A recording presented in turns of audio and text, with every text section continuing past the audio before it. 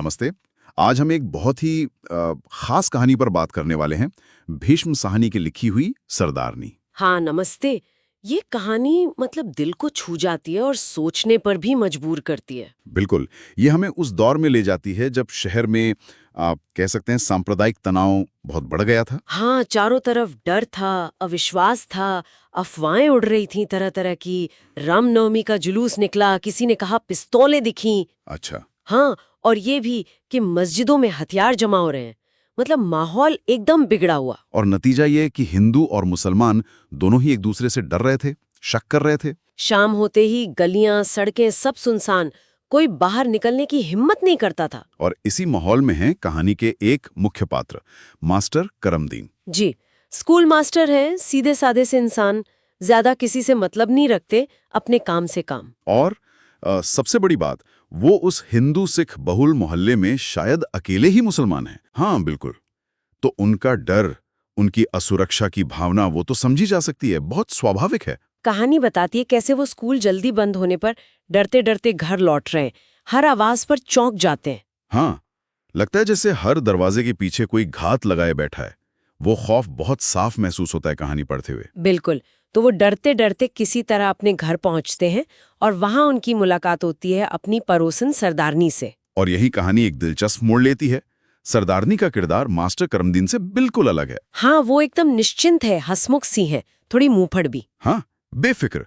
वो मास्टर जी से पूछती हैं, क्यों मास्टर, क्या हाल है शहर का, जैसे कुछ हुआ ही ना हो। मास्टर तो डरे हुए हैं, पर सरदारनी उन्हें दिलासा देती है, कहती है फिक्र नहीं करो मास्टर। हमारे रहते तुम्हारा कोई बाल भी बांका नहीं करेगा। ये शब्द मास्टर को कुछ पल के लिए हिम्मत देते हैं। हाँ, उनका डर जैसे कुछ कम होता है, पर जैसे ही वो अपने कमरे में अकेले जाते हैं, वो डर, वो शक, वो सब वापस आ जाता है। भरोसा करना बहुत मुश्किल होता है ऐसे माहौल में, है ना? सही बात है।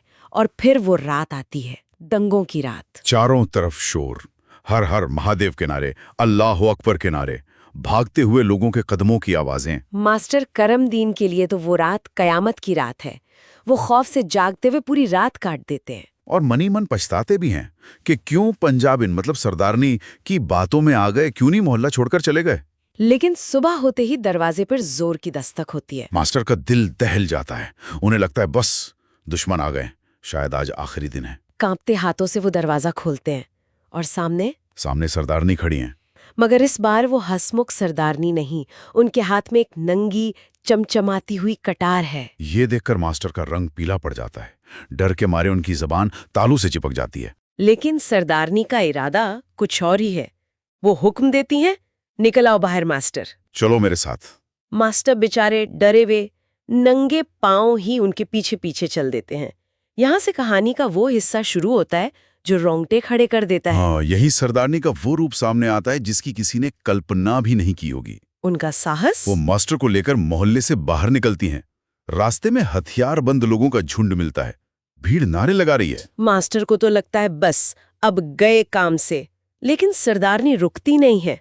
वो अपनी कटार को हवा में लहराती हुई भीड़ के सामने तान देती हैं और गरजती हैं। क्या कहती हैं वो? वो कहती हैं, खबरदार, पीछे हट जाओ। ये गुरु गोविंद सिंह की तलवार है। तुम्हें जान प्यारी है तो सामने से हट जाओ। अरे बाप रे, क्या हिम्मत! उस आवाज में, उस कटार में और गुरु गोविंद सिंह जी के नाम में इतना रोब होता है कि वो हथियारबंद भीड़ वो रास्ता दे देती है। अविश्वसनीय लगता है ये सुनकर। और ऐसा एक बार नहीं होता। कहानी बताती है कि वो कई मोहल्लों, कई गलियों, कई नाकों से गुजरते हैं।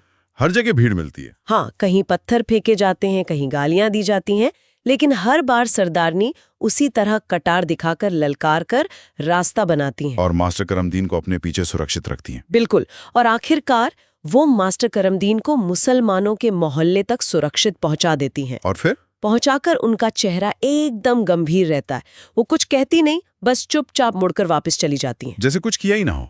कमाल है। कमाल की इंसानियत, कमाल की बहादुरी, वो भी बिना किसी स्वार्थ के। कहानी आगे बताती है कि दंगे कई दिन चलते हैं, शहर वीरान हो जाता है। हाँ, और जब शांति बहाल होती है तो नेता आते हैं, कमिटियां बनती हैं, वगैरह वगैरह। तब मास्टर करमदीन कुछ और लोगों के साथ सरदारनी का शुक्रिया अदा करने वापस उनके मोहल्ले जाते हैं, एहसान जताने।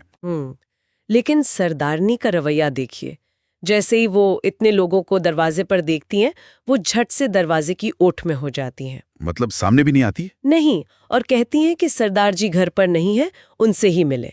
वो इस बहादुरी का कोई क्रेडिट, कोई श्रेय लेना ही नहीं चाहती। ये तो और भी ज्यादा प्रभावित करता है, उनकी विनम्रता। बिल्कुल। और कहानी के आखिर में भीष्म साहनी एक नोट लिखते हैं। वो बताते हैं कि ये कोई मनगढ़ंत कहानी नहीं है। अच्छा, ये सच्ची घटना है? हाँ, उन्होंने लिखा है कि ये सच्ची घटना है जो उन्होंने खुद श्रीमती सुभद्रा जोशी जी से सुनी थी। इससे कहानी का वजन और बढ़ जाता है। वाकई? तो अगर हम देखें इस कहानी से क्या मुख्य बातें निकल कर आती हैं? मेरे ख्याल से सबसे बड़ी बात तो यही है कि कितनी भी नफरत हो, कितना भी डर हो, इंसानियत और हिम्मत वो कहीं ना कहीं जिंदा रहती है। व्यक्तिगत साहस। हाँ, और ये साहस किसी असाधारण व्यक्ति में नहीं, सरदारनी जैसी एक आम दिखने वाली महिला में नजर आता है। बिल्कुल। दूसरी बात, डर लगना स्वाभाविक है।